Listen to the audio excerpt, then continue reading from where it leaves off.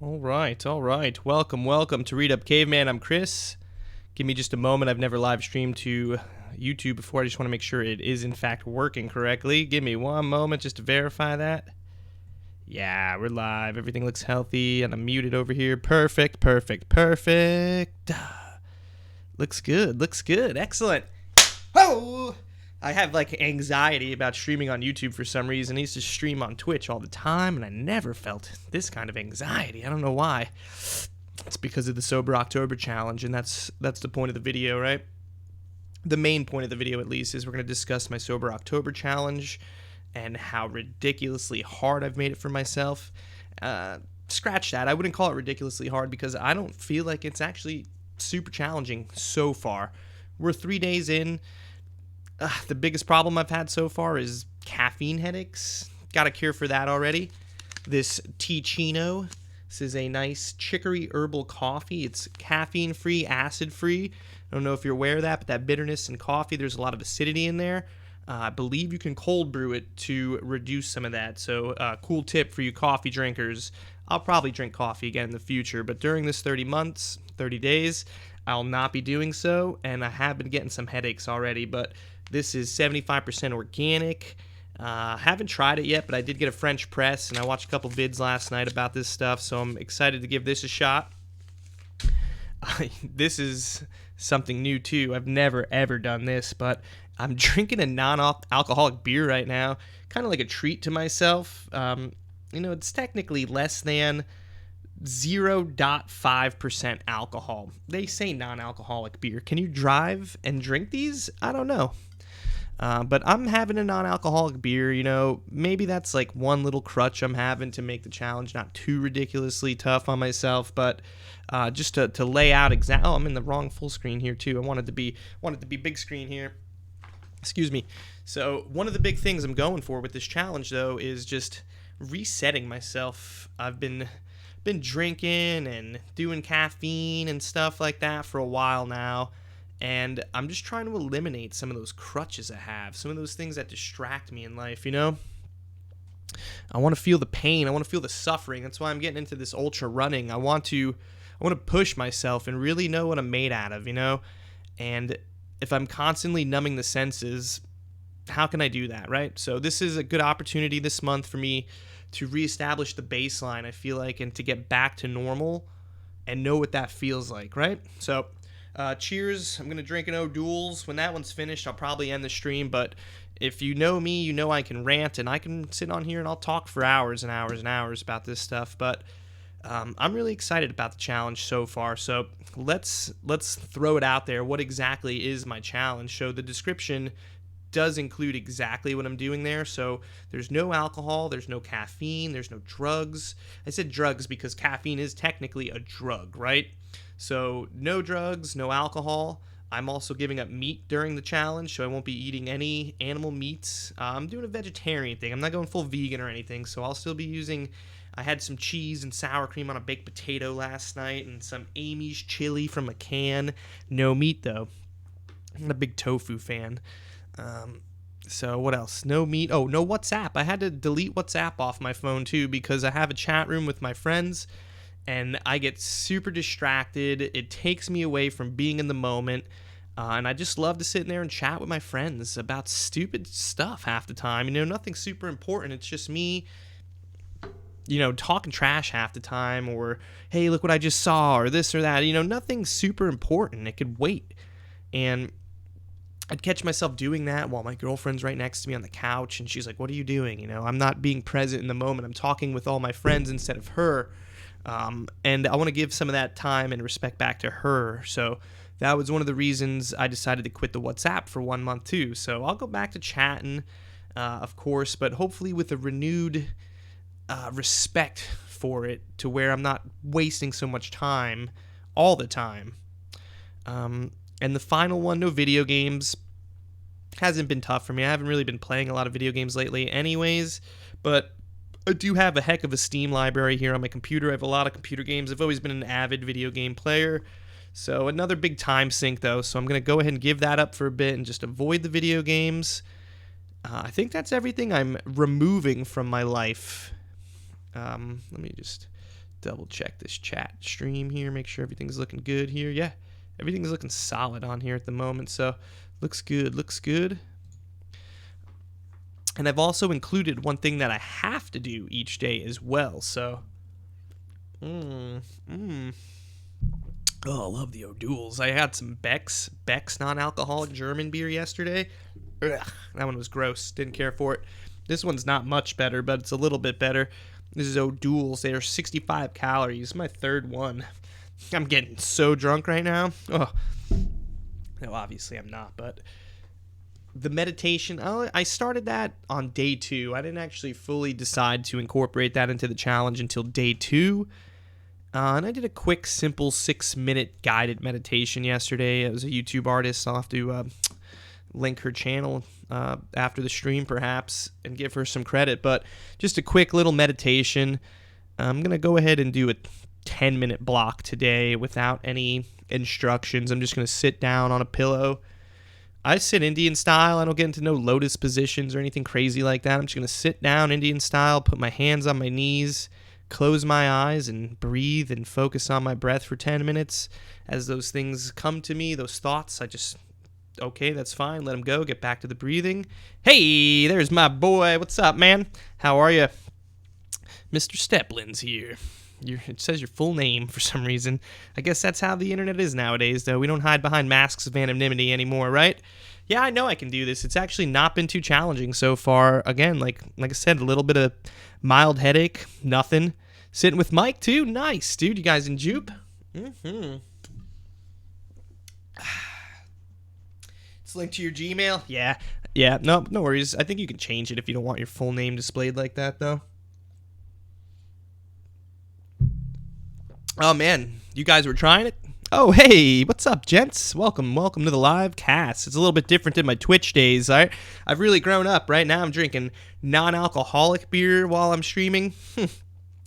So meditation, though, that's challenging too. I'm gonna continue to work on that. It's really tough to just sit there for 10 minutes and not move. Danny's here too. Oh boy. Oh shite. I hope he doesn't go to my store next. No, I have nothing to hide or worry about, I don't think, so it's fine. Anyways, I'm kidding. You guys threw me off topic a little bit. I didn't expect people to actually show up. Dude, the Heineken non-alcoholic's the best. Yeah, the Beck's was gross. They taste like cereal beers or something. I don't know. So it's not bad, though. But yeah, meditation is challenging. I feel like my back starts to immediately ache as soon as I sit down into that position. And I find it challenging to remain there for the entire 10 minutes. Yeah, the trail video. Oh, man, that's next. Oh, dweebs. Oh, man, look at everybody showing up, showing that love. Thank you, gents. Did you get, like, notifications that I went live through YouTube and stuff like that? It's my first time, like, just doing a straight-up YouTube live stream, so... No, it's fine. That's the whole point of the live stream, man, that you guys are here and chatting with me. I want you to throw me off the rhythm of my... I'm going to continue to get back on the topic no matter what, but... Oh, check this out real quick, too. We'll keep talking more about the Sober October Challenge in just a moment, but this is a really cool book that I'm hoping to get into. Yeah, but are you really meditating while you're running? I think it's two separate processes. I think you need to run. I think it's a form of meditation, perhaps, but... I think the real meditation is when you stop moving.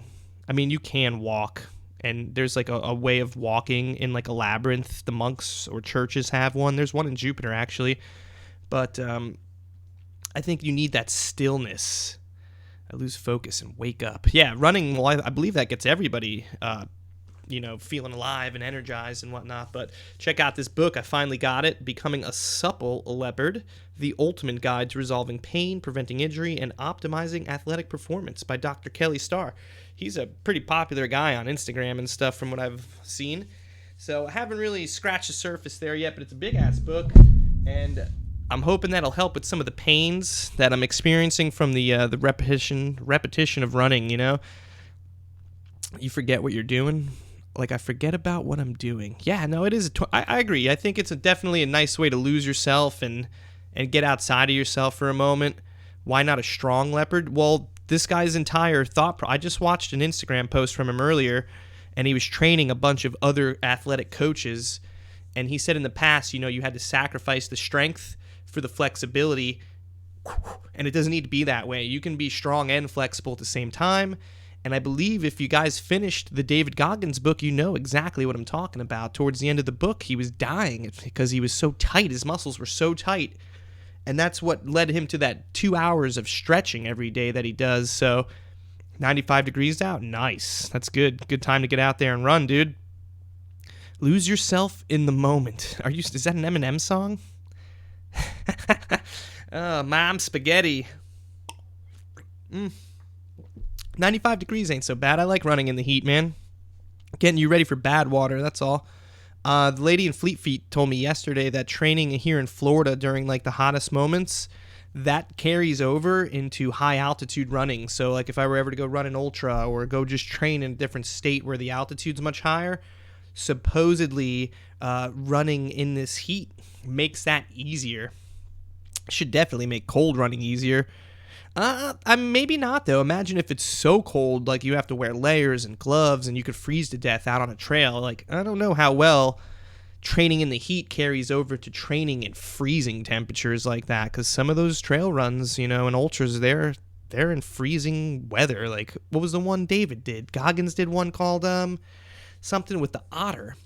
Yeah, the super cold. Yeah, breathing that cold air in for sure. I've not really ran in super cold conditions anytime recently ever. But yeah, I mean, meditation's tough. I want to get into it though. I think it's really good. One of the best examples I always go back to that makes me really want to start practicing it seriously is the muddy water in the bucket, right? If you have a bucket full of, sand and water and you shake it all up, it gets all silty. But with enough time, all that goes to the bottom and you have clear water upon the top. And that's like meditation for your mind, right? So I'm trying to clear that mind. There was a Matt video, Matt Davella. He has one talk of stoicism, right? I'm sure you're familiar with that. Stoicism. I don't know how to pronounce it exactly, but there's a quote they talked about right in the beginning of that video about how all of man's problems come from being able to not sit still. Interesting, right? Especially nowadays. That's what the whole video of his was about, is how do you have a purposeful, meaningful life in this constant world of distractions, right? Sleep is fine. Having no problems going to sleep at night. I've actually been going to bed around 9, 10 o'clock every night. Go right to sleep. I haven't been dreaming still. I thought because of the no alcohol and stuff that some of those dreams would come back to me, but I'm still not recalling my dreams. I'm falling right to bed. Woke up today, 6 a.m., no problem. Up and at 'em at the track by 6:45. Hit a simple little 2 miles, nothing crazy, but Andy came out, so I did some running with him today. It's his first time out there in a while. He's an Army guy, so he's used to running, obviously, but he wants to do the marathon with me, so I'm super excited for a marathon buddy. March 1st, 2020. So back to Sober October a little bit. You're doing a 10K tomorrow. Nice. That's good, man. I'm still feeling a little bit of Achilles pain, but now my right Achilles. So I'm going to do a little bit of stretching, and I watched there's these two not chiropractors, excuse me. They're physical therapists, Bob and Mike, I think. They're the most popular ones on the internet according to their introduction on the YouTube channel, but they've got a lot of cool videos if you're experiencing pains in certain places for things to do. Not pushing time or anything. Yeah, just get the miles in. Sometimes that's all that matters. I don't even really worry about my time so much, and it's a lot easier for me not being in that chat room and not participating in a challenge to focus on what I need to do, my training. I was really getting derailed a little bit with the challenge last month and going out crazy and just doing way too much mileage. I was just looking at my Strava, for example. Let's take a look at that here. Look at my training log here, right? So when I first started, now remember I ran quite a bit in the Nike Run Club, probably for about a week or two before I started using Strava. But you can just see the weekly mileage, 2.8, 2.2. I wasn't really using Strava. Here's when it started to get a little bit more serious, right? 10.7 miles, bam, right? 1.5, 3, 1.5, 4.5. There was that long run we did in Halpatioke. 10.2 miles the next week. And then look, here's the crazy week where I just went, I mean, that doesn't look too, here's the day I ran 4 times in one day. Oxbow run 2. So got a little crazy with the mileage there. Stopped following. I had a written training plan and I stopped using it and just started to go nuts, to finish this Nike challenge. And I think I hurt myself a little bit in the process by going out that hard. So, and you see this week, we did a really long hike here, so it doesn't represent that because it's a hike, but 17.7 mile hike. Only 2 days of running in. I got some sharp Achilles pain from this run right here, this stamina getting strong one. Yeah, my left Achilles felt pretty painful at the end of the run, and I was actually having a tough time just walking around the house even. It was pretty crazy. And now I'm getting back into the swing of things. I had an extra rest day on Tuesday, but I'll probably just do another 3 miles on Friday.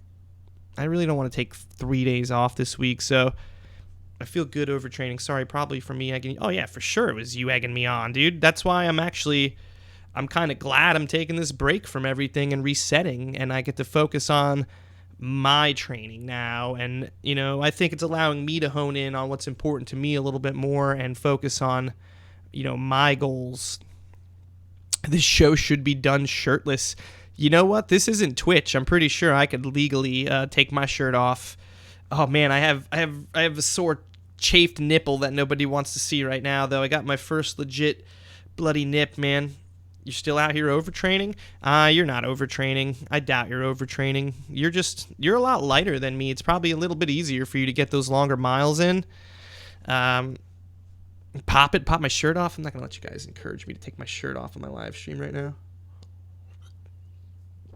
I mean, I've had 3-0 duels, but I'm not popping my shirt off just yet. Getting high on chicory coffees and shit like that. So focusing on my goals a little bit more this whole month of October, which I think is going to be good because my real deal marathon training is going to start at the end of this month because I am going to train with the Fleet Feet folks. He's just scared. I am scared. I'm not popping my shirt off. No. Let's see here. Nothing else to really view here at the moment, so we'll close that out of there, but we'll go back to full screen.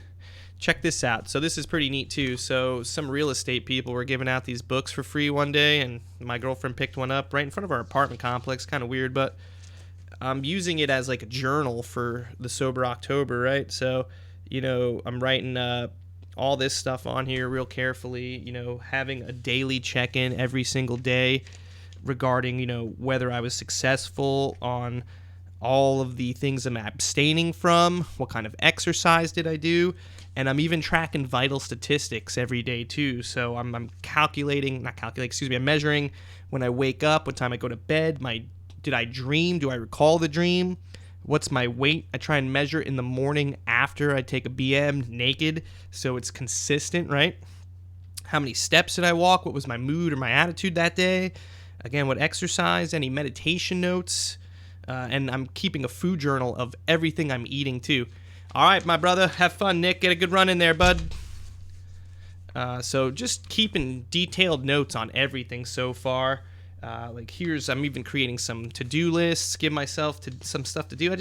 I feel super anxious and restless right now with, I keep feeling myself wanting to go reach for my phone to play WhatsApp or go get a beer. Things that I've been doing mindlessly for such a long time now are being checked by this thing. So the meat's not a big deal to me personally. Do you ever compile the data? Not into, I don't know. What do you mean exactly? Isn't this compiling it? I thought this is compiling it technically. You mean put it into spreadsheets? Well, I've only been doing it for 3 days, so I can almost tell you word for word everything that's in this book so far, but food journal, again, it's just writing down basic stuff, just vitals, really, just keeping a track of everything I'm doing, though. This live stream's kind of a cheat because I haven't gone through all my YouTube video footage, and I missed last week, and I'm pretty upset about that still, so really wanted to stick to that every Thursday, getting some content out, but that big hike took it out of me. No excuses. I'm just not managing my time well.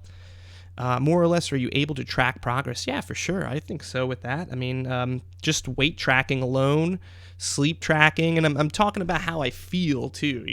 What's my mood like? What's my attitude like? That very first day, I was being a little short with my girlfriend, and I was complaining out loud quite a bit. So one of the things I wrote in my book on day 2 was to be a little bit more conscientious of, what am I projecting outwards towards other people, and it shouldn't make it stressful for someone else, or at least I want to minimize the amount of stress I'm creating for other people while I put myself through this. But to be honest, so far it's really not too challenging. I just finished David Goggins' Can't Hurt Me, so that might have got me in a good place to where it's not so challenging. I love that kind of motivation. I love that tough love type of mentality. So it's been pretty easy so far. Not too worried about finishing the challenge. How am I going to react at the end of the 31 days? Am I going to go back to doing some of these things, or am I going to slowly incorporate them back into my life? I don't know yet. I really don't, and I'm not worried about that. I'm focused on the here and the now, right? Got a new pair of shoes. What else? I don't know. I'm running out of stuff to talk about for Sober October. Oh, you did a dry July. That's right. So let's hear. He's got some anecdotal stuff he'll share with us from his time. So you did what? You didn't drink at all? It's 100% made me want to drink less. Oh, wow. All right. Well, that's pretty strong. That's a strong opinion there. So what kind of positive impacts did it have in your life by not drinking? Because, I mean, you were having lunch beers regularly? Yeah, me too. I actually just saw a thing recently. It was on Rich Roll. He was interviewing a guy. I forget the guy's name. It's a podcast, Rich Roll's podcast. And you don't even have booze at your house. Wow. So you're just going out and drinking them. Yeah, but that's what I was getting at, though, is us folks who just... I think I spoke to you about this, but like alcoholics, or what are we called, like middle line drinkers, people that aren't necessarily alcoholics, but they drink all the time or pretty frequently, that could possibly be more dangerous than the alcoholic, because at least the alcoholic's going to hit a rock bottom at some point.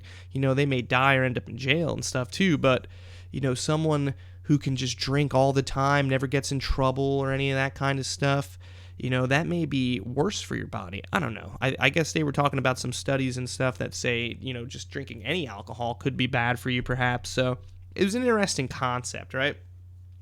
So instead of abstaining, they were talking about ways to manage drinking, because from what I've always seen in the past, it's either like you can drink fine or you're an alcoholic and you need to go to AA, and no one ever talks about moderation or supposedly alcoholics can't moderate, right? I'm still not a firm believer that alcoholism is a disease, and I know plenty of people will argue that one, but it's just, in my opinion, I don't feel like it is. I feel like it's something that I can turn off. I'm not defining myself as an alcoholic at all, but I think that I can personally control that kind of stuff. And I mean, yeah, sure, I'm drinking no duels, but does that really mean anything? I mean, I'm sick and powerless. Yeah, hell no. I don't want to refuse that ever. I'm not sick and powerless. I'm strong and in control is how I feel. And that's, again, part of the entire reason why I'm doing this challenge, is to remind myself that I am in control and that I am powerful and I can make these decisions and stick to them and do them and fulfill them. And I think it's great, man. I've seen real alcoholism firsthand, and it's legit. Yeah, I could think of some folks that you may have known that struggled with that. Yeah, and I don't mean to discount, how bad it can be for anyone that's really struggling. So, hey, thanks for showing up and chatting with me so much. Appreciate that. I'll have that video up soon, hopefully, but yeah, so again, not to discount real alcoholism. I know that is challenging, and it does impact people in pretty severe ways at times. So this live stream's already getting up to 25 minutes. Wow, that went fast. So, excuse me. Got a little bit of O'Doul's left here, so I'll just keep ranting for a few more moments. Why no meat? Why did I decide to give meat up? I'm gonna blame Rich Roll for this one. So I listened to a lot of audibles recently. I'm in the car. I don't really listen to a whole lot of music. I like to listen to books, and I'm really close to being an Audible master. I think I'm about 20 hours to go, and I think that's like 500 hours of books or something once you're a master. Rory here, just chatting with us, was as an Audible master as well. So, but his book was really good. He ran a bunch of triathlons, Ironman triathlons in Hawaii. They tried to do 5 in 5 days, and he's a vegan, and there's a lot of other vegan runners, endurance runners, just smashing all those myths you hear, oh, they don't get enough protein. Like, I've experimented with many different diets over the years. I've tried being a vegan. I never actually tried vegetarianism until just now, but I tried being a vegan. I've tried ketogenic diets. I've tried a little bit of everything, honestly. I've been into intermittent fasting. Still do that one, to be honest. Like, I did a fasted 2-mile run today and waited a little bit to eat on purpose, but for me personally, fasting does work well. I did it as a young person without even realizing I was fasting, so where was I going there? No meat, right? So Rich Roll, these endurance athletes, Scott Jurek is another one that comes to mind, but these are people out there running insane distances, 100, 200 miles, and they don't eat meat. So, like, what excuse is there for that? Or, you know what I mean? Like, how can anyone say, oh, I can't be good if these people are eating nothing but plants and stuff, and they're just fine, so, and they could run these distances?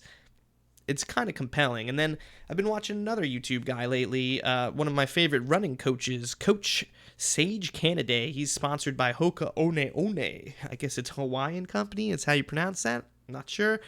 But I've been watching a lot of his content. He's another one I'll try and put a link down in below.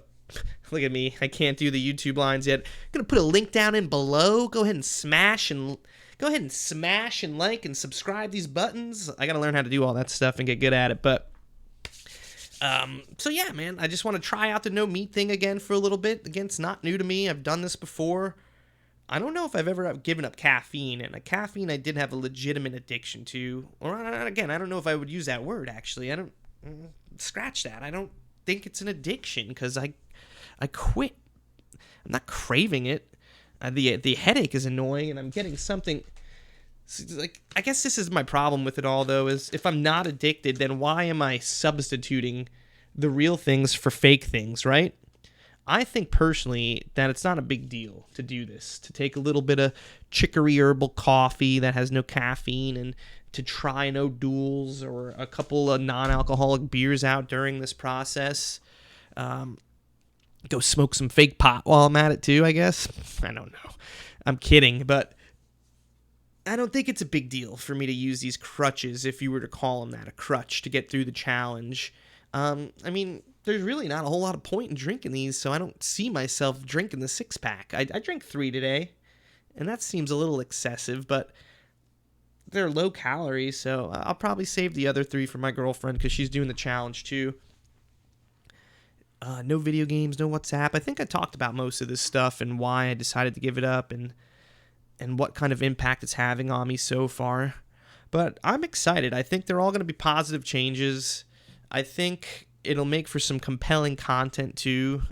These 30-day challenges seem to be pretty popular YouTube videos. I mean, I've seen whole channels just dedicated to people trying things out for a 30-day window and seeing how it impacts their life and whatnot. Like, I watched a Matt D'Avella one where he quit caffeine for 30 days, and he personally hated it. He hated the whole process, and he wanted his coffee back immediately. And I wasn't satisfied with his result in that video, so I kept looking. I went through the comments. I was looking for people that were like, nah, there's more to this than that. And sure enough, I found them, and it led me to some other channels where they were talking about a book called Caffeine Blues and how caffeine is really creating stress in your body, not energy. That energy is stress.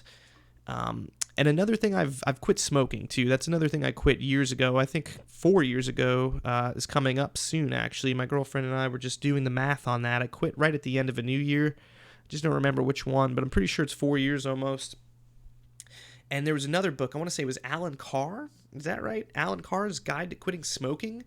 But he talks about, imagine this is your baseline, right? I know it's not very straight, but this is your baseline.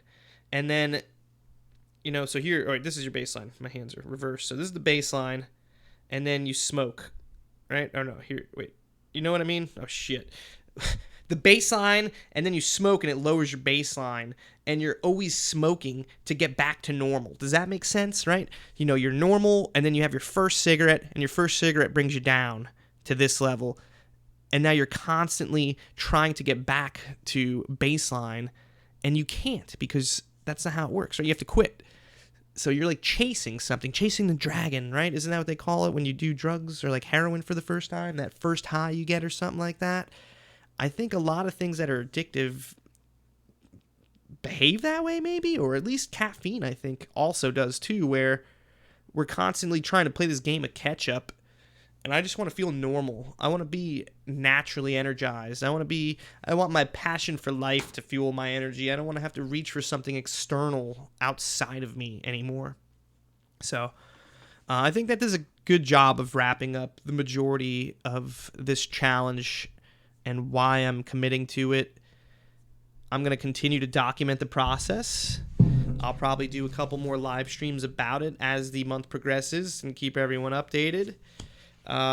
Again, I want to apologize for anyone who is following the channel and has been expecting that video every Thursday. I did miss my first deadline last week, and I was, like I said, I'm pretty bummed about it, and I don't want it to be a repeat thing. So I'm going to go ahead and finish up this live stream, maybe do a couple chores around the house. I got a couple of job things I need to do too. And then I'm going to sit back down and pop open Premiere and start sifting through that video and getting that next one out there for you folks. So last thing I want to finish on, I picked up my first Gary Vee book on Audible, of course. I'm getting an Audible sponsorship if it's the last thing I do in my life. After listening to Gary Vee, I know it's possible. So I love Audible. I'm going to start using Skillshare, so they got to give me a sponsorship too. But Gary was just getting me a little emotional almost. I'm shopping in Publix today, just listening to him, and Crushing It is the book I'm listening to. Gary Vee, Crushing It. And, he's obviously a really neat dude. First time I ever heard him, my son was listening to The Hot Ones with Sean Evans, and he was interviewing Gary Vee, and I kept hearing, fuck. I was like, what are you listening to? Who is that guy saying fuck every 2 seconds? And I turned around, and Gary Vee's there, and that was the first time I was ever introduced to Gary Vee. Gary Vaynerchuk. But I like his message. I think he's real. He's got the passion, and he's trying to share that with people. And I feel like I have that passion too, and that shit is contagious.